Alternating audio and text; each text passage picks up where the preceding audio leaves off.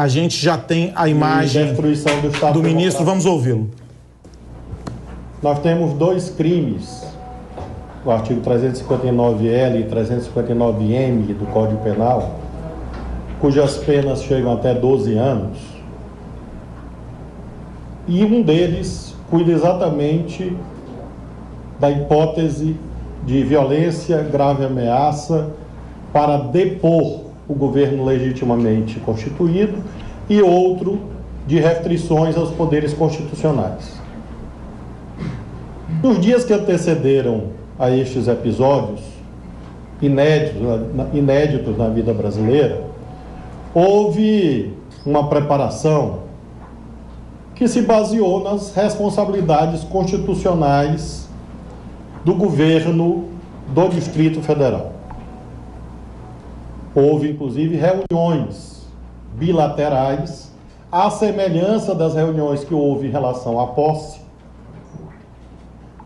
em que o governo do Distrito Federal afirmou que a preparação, aquilo que lhe cabe, que é a garantia da ordem pública, estava adequada. Não obstante este entendimento, nós tivemos uma mudança de orientação administrativa ontem, em que o planejamento que não comportava a entrada de pessoas na esplanada foi alterado na última hora.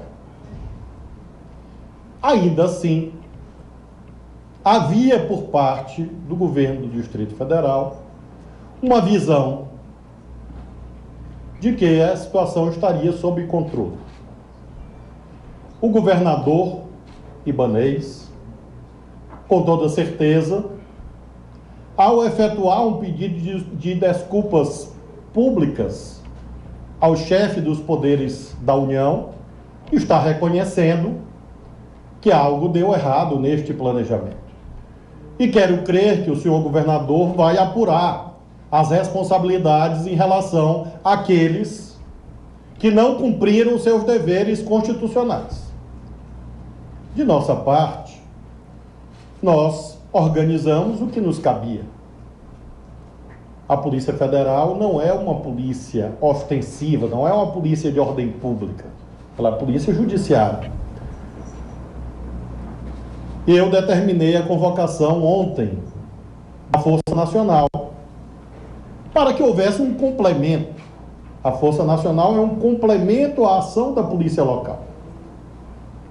Este complemento foi feito, mas, infelizmente, por conta desta mudança de planejamento e omissões que serão apuradas, todas, esse complemento se revelou, obviamente, insuficiente diante da gravidade do que ocorreu. Terrorismo que ensejou as respostas possíveis a cada momento. A primeira, busca por parte do Ministério da Justiça e Segurança Pública do reforço do contingente do governo do Distrito Federal.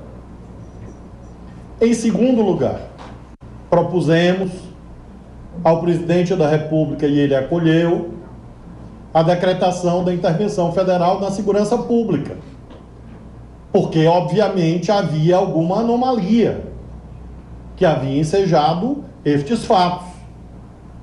O governador Ibanez, com certeza, vai responder. Se alguém se omitiu, se alguém o enganou e por quê. Mas nós temos segurança que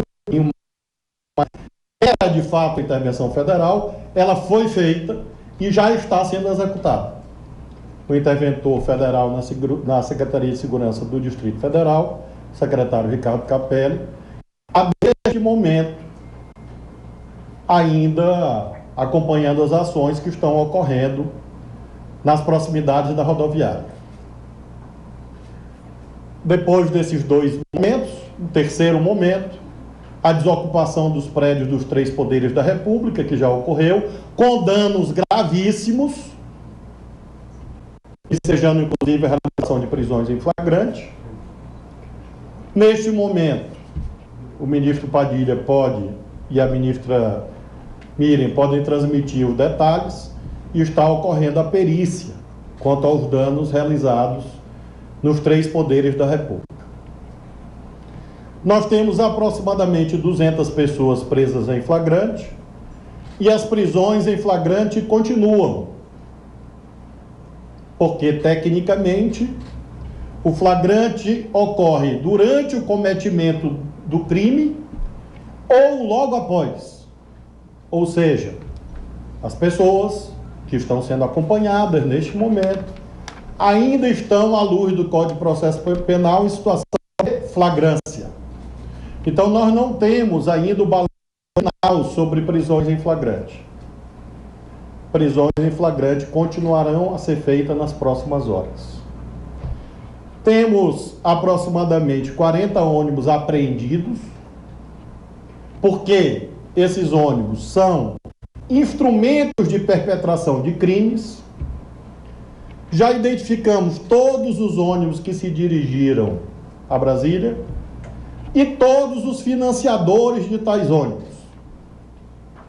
De modo que nós teremos, na sequência, alguns atos relativos a esta investigação, com novos pedidos de prisão preventiva, em face da gravidade do que foi efetuado. Concluo dizendo que nós estamos adotando nessa noite mais providências visando ao reforço da segurança da capital da República.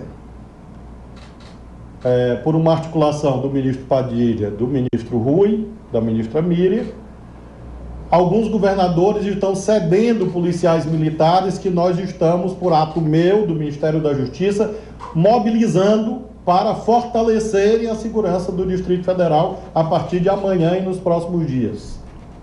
Porque, lamentavelmente, ainda há pessoas, nesse instante, na internet, falando em continuidade dos atos terroristas. E não conseguirão destruir a democracia brasileira. É preciso dizer isso cabalmente, com toda a firmeza e convicção. Além disso, acabei de reunir com um general e um almirante que exercem funções no Ministério da Defesa, e o interventor na Segurança Pública do Distrito Federal, Ricardo Capelli, vai amanhã dirigir um expediente ao Ministério da Defesa pedindo também a cessão, em face da intervenção federal, de militares para poderem apoiar esse esforço de manutenção da ordem pública no Distrito Federal, sob comando do interventor. E há um entendimento quanto a isto. De modo, senhoras e senhores, que nós queremos nos solidarizar com os demais poderes da República. Ao longo do dia, falei com a ministra Rosa Weber, presidenta do Supremo, com o deputado Arthur Lira, com o senador Rodrigo Pacheco, com o senador Veneziano e, obviamente, com o presidente Lula. Lamentamos que um patrimônio do povo brasileiro, tombado inclusive pelo patrimônio histórico, tenha sido dilapidado de modo vil, e acentuamos que isto não se trata de continuidade do processo eleitoral. Isto é terrorismo, é golpismo. E nós temos certeza que a imensa maioria, se não todos os brasileiros e brasileiras, não querem a implantação deste tipo de espectro ou de trevas na vida brasileira. As providências, portanto, estão em curso. Amanhã pela manhã, e não tem hora para acabar. Inclusive, a minha permanência aqui no Ministério da Justiça irá até a hora da prática do último ato que eu determinei ao interventor federal e que está, nesse momento, executando esses atos, assim como também, obviamente, a Polícia Federal e a Polícia Rodoviária Federal. Nós lamentamos, nos solidarizamos, fazemos um apelo a cidadãos, cidadãs que eventualmente estejam nos seus estados com alguma posição extremista, que tenham bom senso, porque nós não vamos aceitar o caminho da criminalidade para fazer luta política no Brasil. Criminoso é tratado como criminoso. E as providências estão sendo tomadas e continuarão a ser tomadas nas próximas horas e nos próximos dias.